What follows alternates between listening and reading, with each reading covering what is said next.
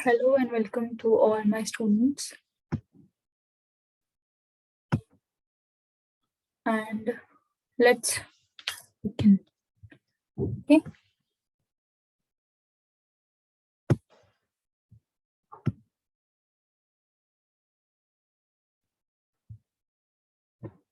So,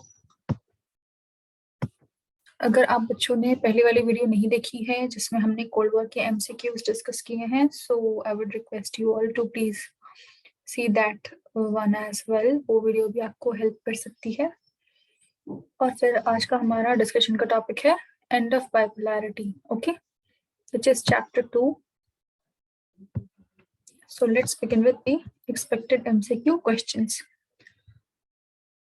So the first question is, the Berlin Wall symbolizes, एक minute pen का colour change करने दो.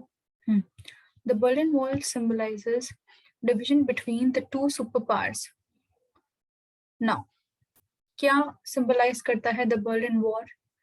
ठीक है, the Berlin Wall, I mean, sorry, ये आपके 4 ऑप्शंस हैं. एंड अगर आप लोगों ने प्रीवियस वाली वीडियो देखी है, सो यू नो कि आपको करेक्ट आंसर कमेंट में देना है या आप पर्सनली अपने नोटबुक्स में भी लिख सकते हैं. ओके, सो जल्दी जल्दी शुरू करेंगे, टाइम वेस्ट बिल्कुल नहीं करेंगे. ठीक है, तो पहला क्वेश्चन यही था कि आपका बर्लिन वॉल क्या सिंबलाइज करता है. Okay, so the next question is, the Berlin wall separated dash from dash. अब यहाँ पे आपको पता है क्या बोलना है, ठीक है. एंड अगर नहीं पता है तो चैप्टर को जाके पढ़ना, फर्स्ट सेंटेंस में ही लिखा हुआ है बर्लिन वॉल, जहां से स्टार्ट हो रहा है वहीं पे. ठीक है. थर्ड क्वेश्चन देखो, when was the Berlin wall taken down. ठीक है, बर्लिन वॉल एक इंपॉर्टेंट टॉपिक है, इसमें से क्वेश्चंस काफी निकल के आ सकते हैं जो कि डेट वाइज हो सकते हैं, और या तो ऐसे क्वेश्चंस हो सकते हैं जो आपसे ये पूछें कि आपको पता है कि नहीं अंदर की चीज क्या है, कि क्या सेपरेट कर रहा था, कौन सी 2 साइड्स को सेपरेट कर रहा था, क्यों बनाया गया था, या तो डायरेक्ट आपको ईयर वाइज भी क्वेश्चन पूछ सकते हैं. नेक्स्ट क्वेश्चन देखो, who is the founder of Bolshevik communist party. देखो, फाउंडर के ऊपर, लीडर्स के ऊपर क्वेश्चंस पूछ लिए जाते हैं क्योंकि हमें याद करने होते हैं, क्योंकि फाउंडर जो होता है वो सबसे इंपॉर्टेंट पर्सन होता है किसी भी पार्टी का, ऑर्गेनाइजेशन का. ठीक है, नाम से रिगार्डिंग भी आपको पूछ सकते हैं. नाउ नेक्स्ट क्वेश्चन देखो, in which year did USSR disintegrate. Disintegrate का मतलब क्या होता है भाई? डिसइंटीग्रेट का मतलब होता है कि इंटीग्रेशन होती है एक, और एक होती है डिसइंटीग्रेशन. इंटीग्रेशन का मतलब होता है साथ में आना, तो डिसइंटीग्रेशन का मतलब क्या होगा कि अलग हो जाना. ठीक है, यूएसएसआर जो है कोई एक कंट्री नहीं थी, बहुत सारी छोटी छोटी कंट्रीज का एक इंटीग्रेशन था. तो अगर डिसइंटीग्रेट एकदम से पूछ लेते हैं तो घबरा मत जाना. डिसइंटीग्रेशन का मतलब है कि कब वो छोटे छोटे कंट्रीज में डिवाइड हो गया था फिर. ठीक है, तो ये ईयर आपसे पूछ सकते हैं. नाउ सिक्स्थ क्वेश्चन देखो, which country is known as the successor state of Soviet union. ठीक है, तो डिसइंटीग्रेट हुआ था यूएसएसआर, फिर सोवियत यूनियन का सक्सेसर स्टेट क्या होगा ये बताना है. ठीक है, ये आपके 4 ऑप्शंस है, एंड अच्छे से अगर चैप्टर को पढ़ा होगा तो दे पाओगे आंसर. ठीक है, उसके बाद देखो, the disintegration of USSR led to the formation of. अब देखो, अगर डिसइंटीग्रेशन हुआ है तो कुछ और फॉर्म भी तो हुआ होगा ना, तो ये आपके fill in the blanks chapter में से आ सकता है, पूछ सकते हैं, तो इसको अच्छे से प्रिपेयर कर लेना. नेक्स्ट क्वेश्चन देखो, why did the Soviet union disintegrate. अच्छा, अब ये रीजन बेस्ड क्वेश्चन है. ठीक है, या तो इसको असर्शन एंड रीजन के बेस पे भी पूछ सकते हो, या तो ऐसे भी पूछ सकते हैं. तो आपको पता होना चाहिए कि क्यों हुआ, कब हुआ, कैसे हुआ. ठीक है. नाउ नेक्स्ट क्वेश्चन देखो, dash is the first elected president of Russia. Of course सबको पता है कि यूएसएसआर जब डिसइंटीग्रेट हुआ तो उसके बाद क्या हुआ था, रशिया हो गया था. ठीक है, तो उसका जो फर्स्ट इलेक्टेड प्रेसिडेंट होगा वो काफी इंपॉर्टेंस रखेगा, तो उसको याद कर लेना. ठीक है, अगर नहीं आता है तो, और अगर आता है तो वेरी गुड, रिवीजन हो गई आपकी. नेक्स्ट क्वेश्चन देखो, the disintegration of USSR led to emergence of new countries, emergence of a new economic system, end of cold war.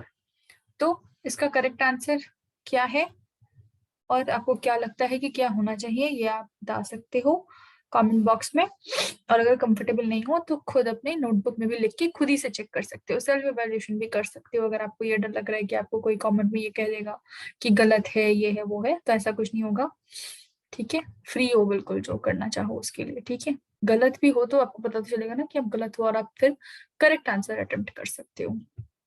Now shock therapy is a term which is used for disintegration of USSR, fall of Berlin Wall, coup in USSR, or model of transition used by IMF and World Bank। ठीक है, ये कुछ important questions हैं।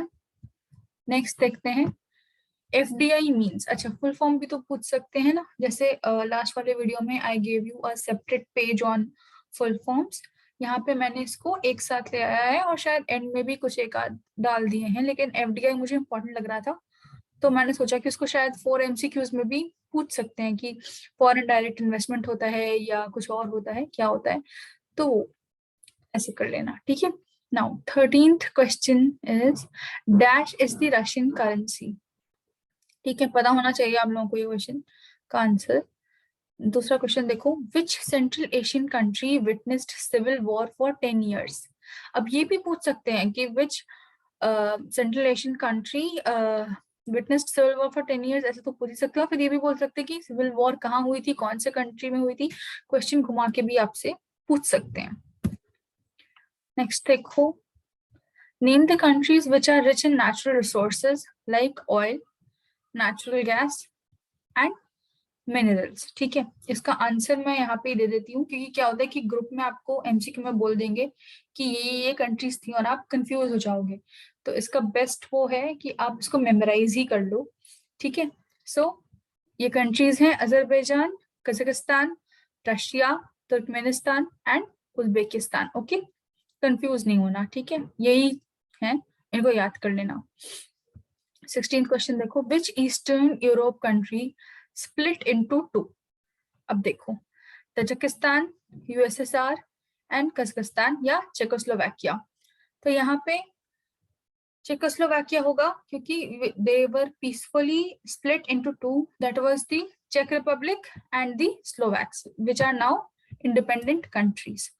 Now अगर आपको countries में problem हो रही है तो आप लोगों के बुक में बहुत ही क्लियरली मैप में ड्रॉ करके बता दिया गया है विथ प्रॉपर कलर्स कि कौन सी कंट्री का क्या वो था, ठीक है, उसको अच्छे से देख लेना क्योंकि मैप बेस्ड क्वेश्चन में भी आपसे पूछ सकते हैं। And this is very much it for this video and I hope कि आप लोगों को सही लगा होगा, अच्छा लगा होगा, एंड कमेंट करके बता देना कैसा लगा। एंड अगर कोई और वीडियो चाहिए, किसी और सब्जेक्ट पे चाहिए तो वो भी बता दो, ठीक है। And these were the expected MCQ for term 1 for the chapter of end of bipolarity. Thank you very much.